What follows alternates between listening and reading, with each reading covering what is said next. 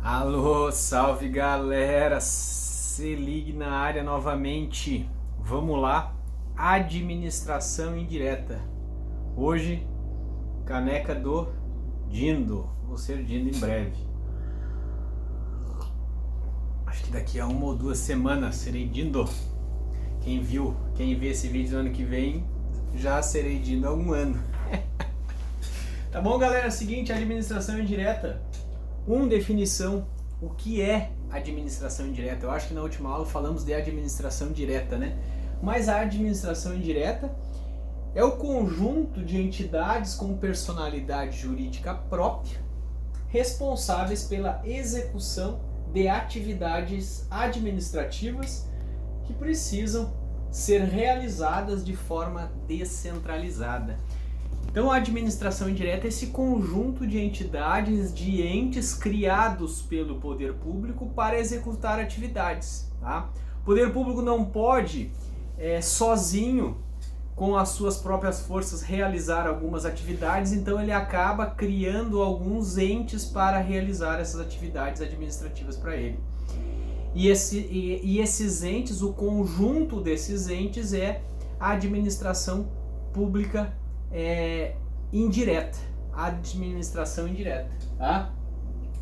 Olha só, serviço descentralizado, lembrando que a criação de órgãos é desconcentração, criação de entidades com personalidade jurídica própria, como está ali, é descentralização, criação de órgãos, desconcentração. Quais são essas entidades que compõem esse conjunto aqui de entidades? Quais são essas entidades? Vocês já conhecem, já viram falar, são as autarquias, as fundações públicas, as empresas públicas e as sociedades de economia mista. Eu primeiro vou apresentar aqui algumas características gerais de todas elas e depois entrarei especificamente em cada uma das entidades da administração indireta. Primeira das características, personalidade jurídica própria. Cada um daqueles entes ali, eles têm personalidade jurídica própria, ou seja, eles têm responsabilidades na área em que vão atuar, né? Eles são pessoas jurídicas distintas daqueles órgãos que o criou. Eles têm patrimônio próprio, personalidade jurídica própria, eles respondem por seus atos, eles são pessoas, eles possuem personalidade jurídica no mundo, respondendo assim, possuindo direitos, possuindo deveres e sendo responsáveis por seus atos. Eles, como eu falei, eles têm patrimônio próprio, o patrimônio é deles. Embora esse patrimônio venha, né, da entidade que o criou, a União, por exemplo, cria uma autarquia, ela repassa um patrimônio para aquela autarquia, mas aquele patrimônio, no momento em que foi repassado, aquele patrimônio passa a ser daquela autarquia. Então, ele tem patrimônio próprio, até mesmo para responder por suas obrigações, pelos danos que causarem, eles já têm o patrimônio deles para isso, tá? Autoadministração. Eles se autoadministram, eles se gerem, tá? Eles têm as suas diretorias, os seus membros, eles determinam os serviços, a própria entidade que determina como será executado o serviço, o modo que será executado o serviço. Então eles possuem autoadministração. Receita própria, tá? Pode ser que cobrem, né, alguma taxa, alguma forma de remuneração pela atividade que eles realizarem, mas de todo modo eles têm receita própria. Mesmo que essa receita venha, né, todo mês do ente que o criou. O ente que o criou vai lá e repassa todo mês certo valor para ele, mas isso acaba compondo uma receita própria do ente. E ainda, a criação. Criação nos termos do artigo 37 da Constituição. O que diz o artigo 37 da Constituição? Olha lá, ele diz assim. Deixa eu pegar aqui artigo 37 da Constituição.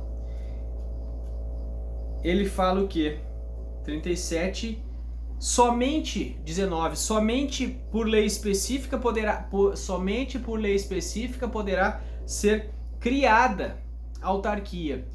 E somente por lei específica poderá ser autorizada a instituição de empresa pública, de sociedade de economia mista e de fundação, cabendo a lei complementar no último caso, lei complementar neste último caso, ou seja, nas fundações, definir as áreas de atuação desta fundação.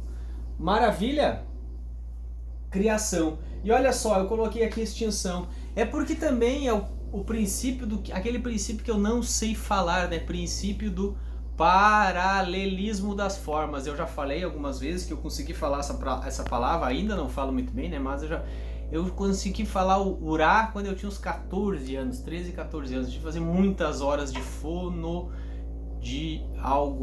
já nem sei dizer mais, tanto que eu fui nela, já esqueci, fonodióloga, para falar urá, paralelismo das formas. Outra, finalidade específica.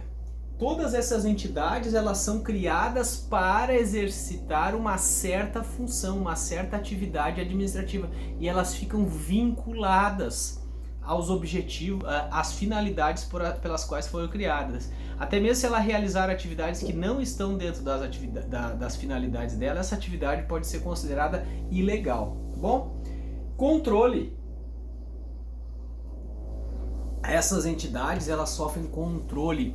Tem um controle interno, que é ela própria se controlando, mas também tem o controle externo, realizado por quem? Por exemplo, pelaquela entidade que a criou, tá? Ela também realiza um controle externo. O Tribunal de Contas também realiza o controle externo dessas entidades. Sem fins lucrativos.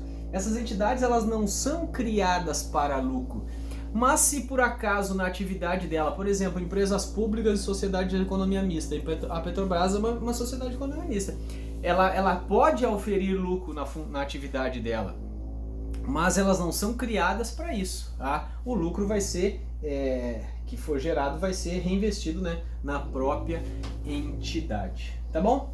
Maravilha, uma pausa e já volto. Bora voltando. Autarquias. Autarquia. O que é autarquia? Definição.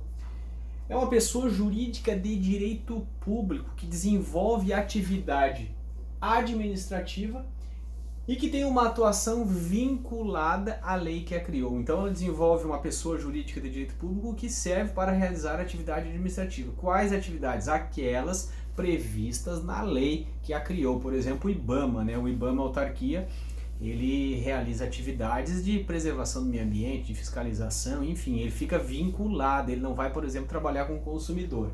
Previsão normativa, eu já falei, 3719 da Constituição, e ainda Decreto-Lei 200 de 67.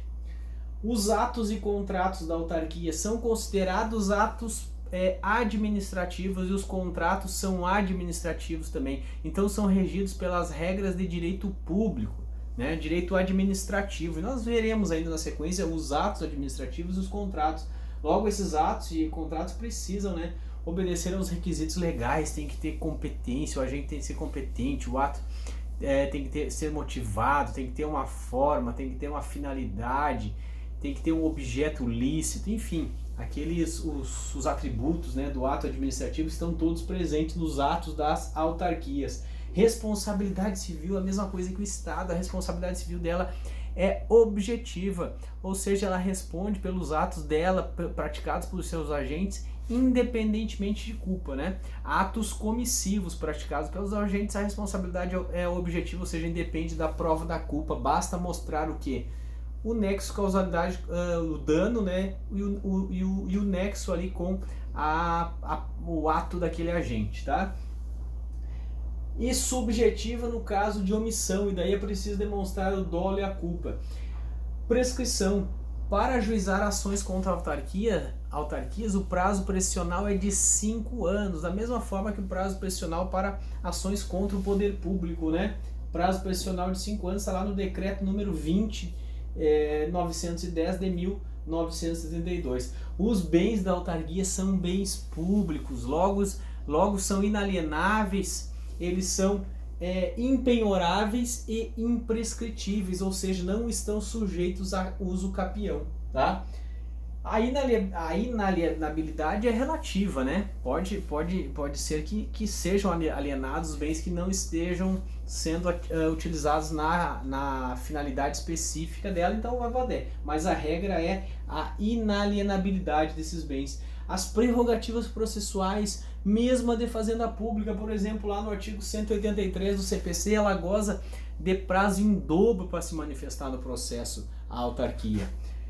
Imunidade tributária, nos termos do artigo 150, parágrafo 2º da Constituição, mesma coisa que a União, Estados e municípios, né? Diz lá o 150 da Constituição, 150, parágrafo 2º. 150, parágrafo 2º. Na realidade, eu acho que é o 156, né? Ah, tá. O 156 fala o seguinte: é vedado à União, aos Estados e aos Distritos Federais e municípios instituir imposto sobre patrimônio, renda ou serviços um do outro, templo de qualquer culto, patrimônio, renda ou serviços... Tá, de partidos políticos. Mas enfim, patrimônio, renda ou serviços um do outro. Olha o que diz o parágrafo 2º. A vedação do 6A é extensivo às autarquias e às fundações instituídas e mantidas pelo poder público no que se refere ao patrimônio, à renda e aos serviços vinculados às suas finalidades essenciais ou delas decorrente. Então, e tem ainda uma súmula vinculante do STF, súmula vinculante 52. Então ela tem imunidade tributária sobre o patrimônio, sobre a renda dela. O regime de pessoal, vocês vão dar uma olhada na ação direta de constitucionalidade 2135, porque teve um período que o regime era misto, né? Poderia contratar pessoas pela CLT e outros estatutários, né? Ou seja, emprego público e cargo público, mas a partir dessa ADI o regime ficou definido que o regime jurídico das autarquias é regime jurídico único, ou seja, é cargo público e provido por concurso público, tá bom? Espécies de autarquia, voltamos com as espécies de autarquia.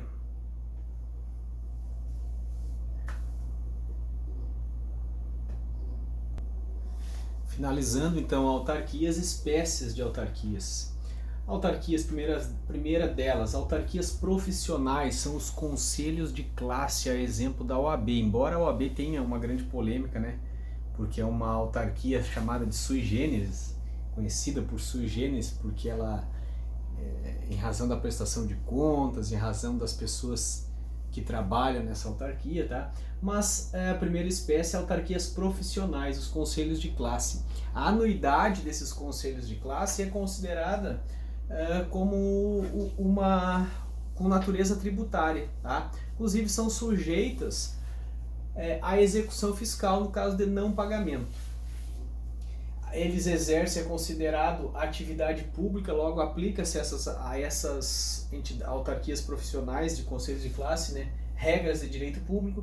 Existe uma controvérsia, inclusive é objeto de ação direta de inconstitucionalidade no Supremo, ação 5367, com relação aos servidores, né? Se os servidores precisam ou não prestar concurso público e se são equiparados, né, a servidor público, se são ou não servidores públicos. Enfim, existe uma discussão com relação aos servidores dessas autarquias profissionais. Autarquias territoriais. O que são autarquias territoriais? Na verdade, nós não temos autarquias territoriais, mas a Constituição fala, né, que o Brasil não tem mais territórios, tá? Mas se caso vier a ter algum território, esse território inicialmente, antes de se incorporar a um estado ou alguma coisa, ele será considerado uma autarquia territorial, uma autarquia da União. E daí vai ter uma lei específica que vai tratar dessa autarquia territorial. Disposição dela lá no artigo 33 da Constituição. E depois tem as agências reguladoras, tá? As agências reguladoras, elas são autarquias com regime especial. Elas são criadas para regular, para fiscalizar tanto atividades públicas quanto atividades privadas. E daí entram todas, né, que a gente conhece: a ANEEL, ANA, Anatel, Agência Nacional de Mineração, a ANTT, a Ancine, diversas agências reguladoras. Elas são, na verdade, autarquias, né, com um regime um pouco diferenciado. Maravilha? Bora! Bora, fundação pública. Fundação pública. O que é fundação pública? Também pessoa jurídica de direito público, existe uma certa divergência, mas uma pessoa jurídica de direito público, detentora de um capital, de um patrimônio público destacado, separado, né, que presta atividades sem fins lucrativos, atividades, essa está escrito ali, embora não pareça, atípicas ao poder público. Contudo, essas atividades possuem um interesse público, interesse coletivo, exemplos, né? Cultura, educação, saúde. Elas são tidas como espécies de autarquias. Logo, por serem espécies de autarquias, elas têm o mesmo regime das autarquias. Tudo que nós falamos sobre autarquias aplicam-se às fundações públicas. Exemplos de fundação pública: FUNAI, IBGE, IPEA, FUNCEP, tá? São exemplos, né? As mais conhecidas fundações, as mais conhecidas de todas, né? A FUNAI, Fundação Nacional de Amparo ao Indígena, né? É a mais conhecida. Elas têm força de autarquias, os seus bens são públicos, os servidores são públicos, elas ostentam prazo processual em dobro, né? Os seus atos são todos atos públicos, enfim, tudo que falamos de autarquia aplicam-se às fundações públicas. Não confundir com fundação privada, embora o poder público pode instituir uma fundação privada, tá? O poder público pode fazer a instituição de uma fundação privada. Contudo, a fundação privada, as regras dela são regras de direito privado, não tem nada a ver com regras de direito público, né? Exemplo de uma fundação privada, FUNPRESP-JUD, né, que é a Fundação da Previdência do Servidor Público do Judiciário Federal, tá? FUNPRESP-JUD. É uma fundação privada, as regras são de direito privado. A fundação pública, ela tem status de autarquia. Empresa pública. Empresa pública, então. Empresa pública é o seguinte: pessoa jurídica de direito privado, criada, como nós falamos no início, por autorização legislativa, com capital exclusivamente público, podendo prestar serviço público ou explorar atividade econômica. Tá? Detalhes, né? Pessoa jurídica de direito privado, logo ela se deve sujeitar mais às regras de direito privado do que às regras de direito público, tá bom? Só que tem detalhes. Pode prestar um serviço público ou explorar atividades econômicas. Exemplos de empresas públicas no Brasil. Pode ter empresa pública federal, estadual, municipal, tá? Exemplos de empresas públicas: BNDES, Correios, Caixa Econômica Federal, Casa da Moeda, Infraero, tá? Essas são algumas das empresas públicas brasileiras. Elas podem adotar qualquer forma empresarial, né? Sociedade de economia mista, pode ser a finalidade, pode prestar serviço público ou atividade econômica, exploração da atividade econômica. Mencionei aqui o artigo 173 da Constituição. Por que o 173 da Constituição? Porque o 173 da Constituição ele explica, né? Ele diz o quê? Ressalvados os casos previstos na Constituição, a exploração direta de atividade econômica pelo Estado só será permitida nos casos de imperativos de segurança nacional ou relevante interesse coletivo. É o que fala o 173. E o parágrafo único diz: a lei estabelecerá o estatuto jurídico da empresa pública e da sociedade de economia mista e de suas subsidiárias, que explorem atividade econômica de produção ou comercialização de bens ou prestação de serviços. E esse estatuto veio o quê? Esse estatuto foi editado, né, em 2016, é a Lei 13.300, que é o Estatuto Jurídico da Empresa Pública e da Sociedade de Economia Mista. E lá vai falar sobre a forma societária possível, vai falar sobre licitação, sobre as contratações, sobre os conselhos, sobre a administração, sobre a diretoria, tá? Vai falar tudo sobre essas empresas. Ainda o 173 diz que as empresas públicas e sociedades de economia mista não poderão gozar de privilégios fiscais não extensivos ao setor privado. Tá? E essa lei ainda mencionada, o Estatuto Jurídico, ele regula a relação da empresa pública com o Estado e com a sociedade. Tá? Então, leitura obrigatória, né, da Lei 13.303 de 2016, o Estatuto Jurídico da Empresa Pública e da Sociedade de Economia Mista. Liquidando a fatura, Sociedade de Economia Mista. Sociedade de Economia Mista é uma pessoa jurídica de direito privado, né, que a criação foi autorizada por lei. Ela adota forma societária de sociedade anônima e o poder público ele tem a maioria dos votos dessa sociedade anônima, tá? A finalidade dela, da mesma forma que a empresa pública, a finalidade dela é explorar a atividade econômica ou prestar algum serviço público. São exemplos de sociedades de economia mista: o Banco do Brasil, a Petrobras e a Eletrobras. O regime jurídico dessas empresas vem estabelecido na lei, como eu falei antes, 13.303, né, de 2016, que vem complementar o artigo 173 da Constituição Federal. Tá? Fica então como tema de casa, vocês darem uma olhadinha na lei 13.303, né, de 2016, fazendo ali um organograma dessa lei. Maravilha? Abraços!